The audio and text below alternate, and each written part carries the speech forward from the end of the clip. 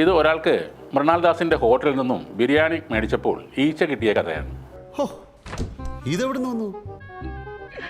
എന്നിട്ട് എന്തുകൊണ്ട് അയാൾ ഇത് എന്നോട് പറഞ്ഞില്ല? ഏറ്റവും വലിയ പ്രത്യേകത എന്തെന്നാൽ മൃണാൽദാസ് ഈ ഈച്ചക്ക് പൈസ വാങ്ങിയില്ല എന്നതാണ്. എന്നെ പൊട്ടനാക്കാണോ? അതാക്കേണ്ട കാര്യമുണ്ടോ?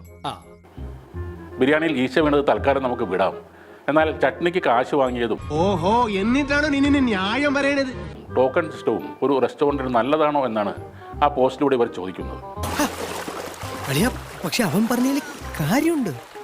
ഷാജി, നീ ഇത് മേടിക്കൂട്ടോ. പിന്നെ ഈ ഈച്ച വിഷയത്തിൽ മൃണാൾ പറയുന്നത്, കൊച്ചിയിൽ കൊതുകുണ്ട്, ഈച്ചയുണ്ട്, എൻ്റെ ഹോട്ടലിൻ്റെ അടുത്തൊരു തോടുമുണ്ട്. തന്നെ കൊണ്ടൊന്നും കൂട്ടിയേ കൂടില്ല, നല്ല പ്രായണ്ടല്ലേ, വല്ല പണിക്ക് പോയിക്കൂടെ? കൊച്ചിയിൽ എല്ലാ ഹോട്ടലിലും ഉള്ള പോലെ എൻ്റെ ഹോട്ടലിലും ഈച്ചയുണ്ട്, അല്പം കുറവാണ് എന്നേ ഉള്ളൂ. ഇതൊക്കെയാണ് അദ്ദേഹം ഒരു കുറവല്ലാത്ത അഹങ്കാരത്തോടെ പറയുന്നത്. എല്ലാം എന്നെ തേടിയാണ് വരുന്നത്. എന്നെ മാത്രം ഉന്നം വെച്ചിരിക്കുകയാണ് ലോകം. എന്താ അതിൻ്റെയൊക്കെ അർത്ഥം? ഇയാളുടെ മറ്റൊരു ഉപമ, ലക്ഷങ്ങൾ വിലയുള്ള ടയോട്ട ഇന്നോവയിൽ 7 സീറ്റാണുള്ളത്. അതുകൊണ്ട് 5 ലക്ഷം രൂപയ്ക്ക് നോർത്ത് ഇന്ത്യയിൽ 8-10 സീറ്റുള്ള വണ്ടി കിട്ടും. അത് രണ്ടും കമ്പയർ ചെയ്ത് പറയരുത്, ടയോട്ട കമ്പനി പൂട്ടിപ്പോകും എന്നാണ്.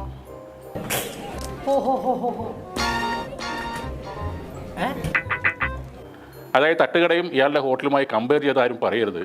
അങ്ങനെ ചെയ്താൽ ഇയാളുടെ ഹോട്ടൽ പൂട്ടിപ്പോകുമോ എന്നാണ് പേടി. ഒന്നും പറ്റിയില്ല, മോശമായി പോയി. നാട്ടിൽ മൊത്തം അലഞ്ഞുതിരിഞ്ഞ് നടന്ന് പല ഹോട്ടലിനെയും മോശം റിവ്യൂ പറഞ്ഞ് നശിപ്പിച്ച ഇയാൾക്ക് സ്വന്തം ഹോട്ടലിൽ നടക്കുന്ന കാര്യങ്ങൾ ചില ആളുകൾ പറഞ്ഞപ്പോൾ നന്നായിട്ട് നോവുന്നുണ്ട്. എനിക്കതാ മനസ്സിലാകാത്തത്. ആ നോവ് ഇവിടെയുള്ളവർ നന്നായി ആസ്വദിക്കുന്നുമുണ്ട്. കൊടുത്താൽ കൊല്ലത്തും കിട്ടും എന്നത് ലോകോത്തര ഫുഡ് ബ്ലോഗർ മൃണാൽദാസ് മറന്നു പോകരുത്. തന്നെ വിമർശിക്കുന്നവരൊക്കെ അലവലാതി ക്ലാസ്സിലുള്ളവരും ആ ഹോട്ടലിനെ പുകഴ്ത്തി പറയുന്നവർ എലൈറ്റ് ക്ലാസ്സിലുള്ളവരുമാണെന്ന ചിന്തയാണ് ആദ്യം മാറേണ്ടത്.